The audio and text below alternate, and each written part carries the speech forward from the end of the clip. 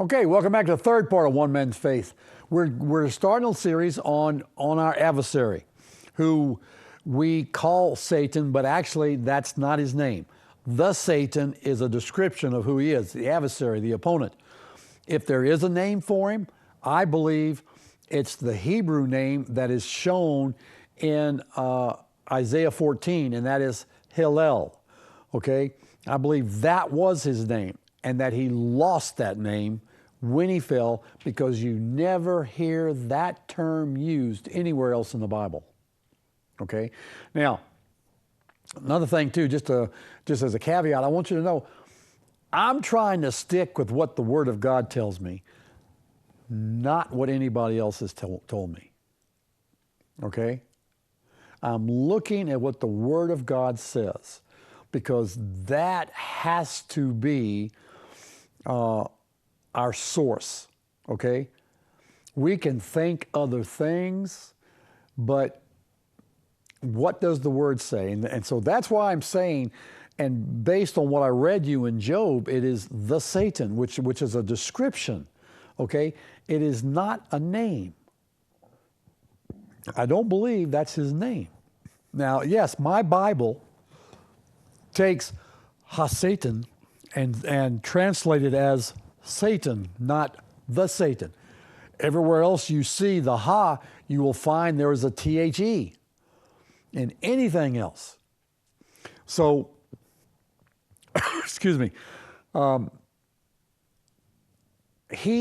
believe, now, okay, this is an Owenism.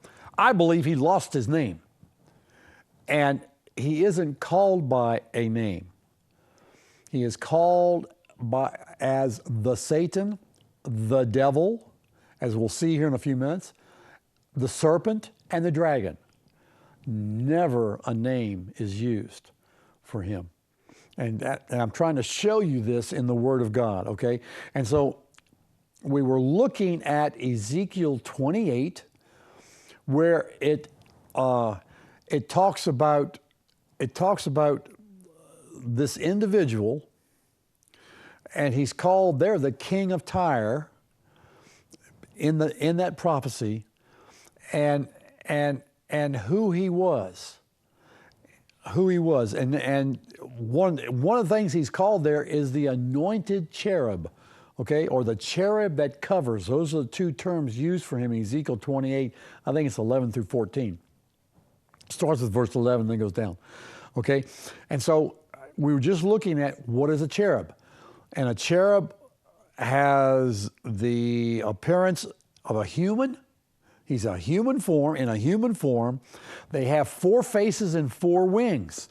Interestingly, their legs are straight and their feet are calves' hooves, which would be possibly why when people depict the Satan, they show him with hooves. All of the cherub were that way. Okay, he was a cherub. He still is. He's a fallen cherub, because 1/3 of the angels fell. If we have 4 here, that means there were 6 to start with. Okay, Lucifer, Hillel, or our adversary, was the 5th one, and the 6th one, I believe, is the angel that is called Abaddon, and in a sense, he lost his name, and he's known as Hades or hell. Okay, so before the fall, there were 6 cherubim. Now we know of the 4, we know 2 of them's name is Michael and Gabriel. In other literature, I've heard one is called Raphael, and I forgot what the 4th name is. It's like Uzziah or something. Uziel or something like that, but you know, that's outside of the Word of God. We do know that 2 of them, one is Michael, one is Gabriel. The other 2, we don't really have their name. If you go back and look at Jewish literature, you'll see that the other 2 names are given by the sages, the Jewish sages. But it doesn't make a difference who their names are.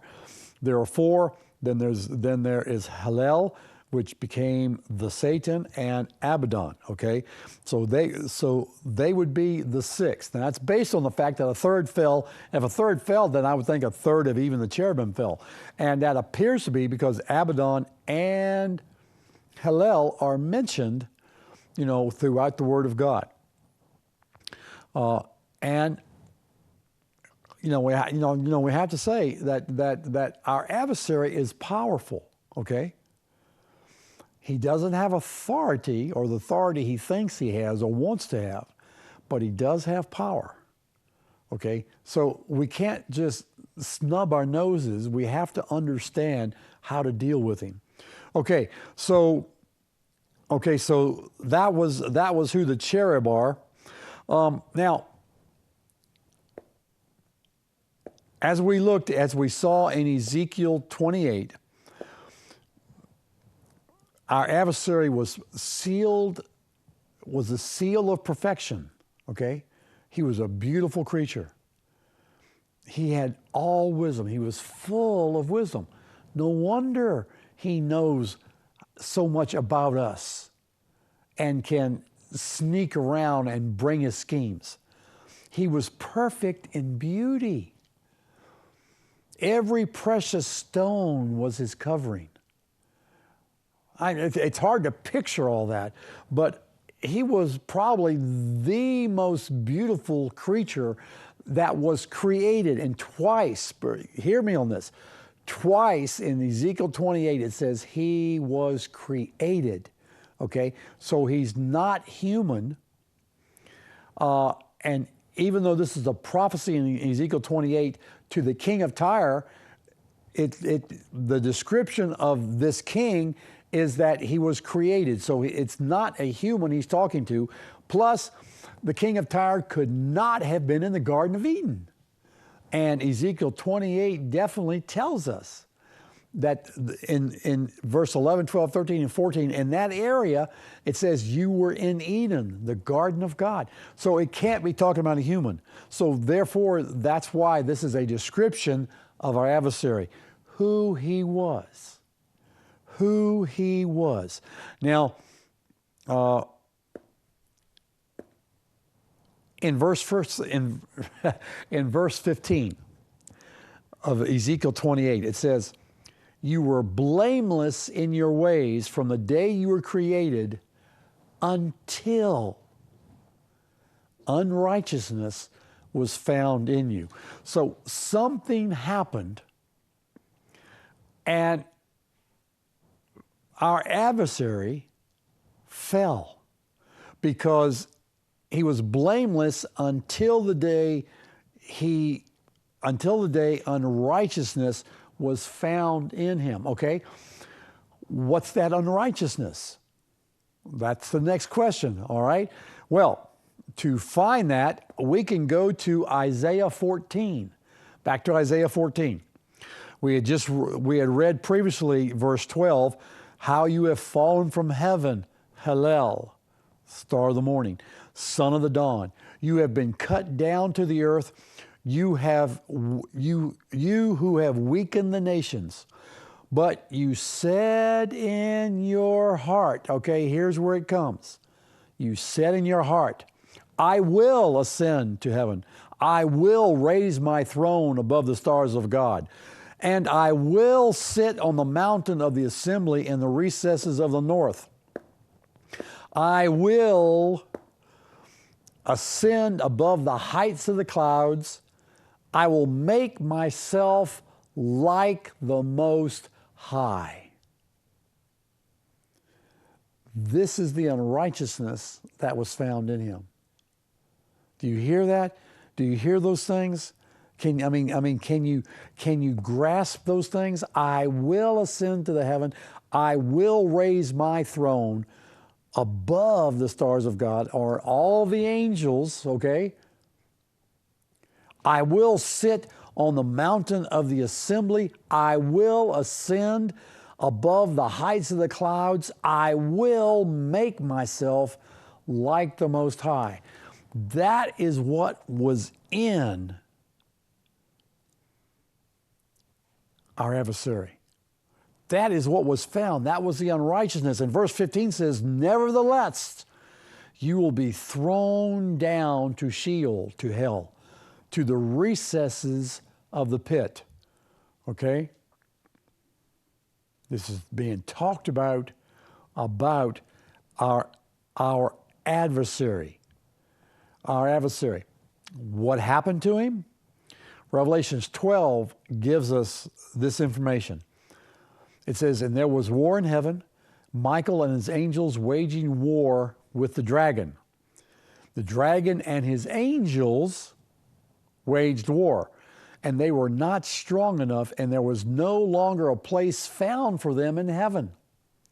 And the great dragon was thrown down, the serpent of old, who is called the devil and the Satan, who deceives the whole world. He was thrown down to the earth, and his angels were thrown down with him. All right? When this unrighteousness was found in him, there was a war that was waged in heaven, but it says, and they were not strong enough. And there was no longer a place found for them in heaven. God didn't want that unrighteousness with him. So he threw him down to earth. God, why? Why did you place him on Venus or someplace? Why here with us? I don't really have an answer to that question. It bothers me. It bothers me. My only redeeming thought is that without an adversary, then there wouldn't be much choice for us. Okay? And to give us choice, maybe that's why he threw him down. Now, when did this occur? We don't know. I believe we can say it occurred before the fall of man. So, nothing really tells us how many days there were from the creation of man until we have this incident. It could have been the same day. I don't know. He could have fallen even sooner than that and was just placed on the earth. We have no indication at all of when Satan fell, the Satan fell. And so with that, hey, we got to take our last break, okay? So let's take our break, get a cup of coffee. I'll be right back.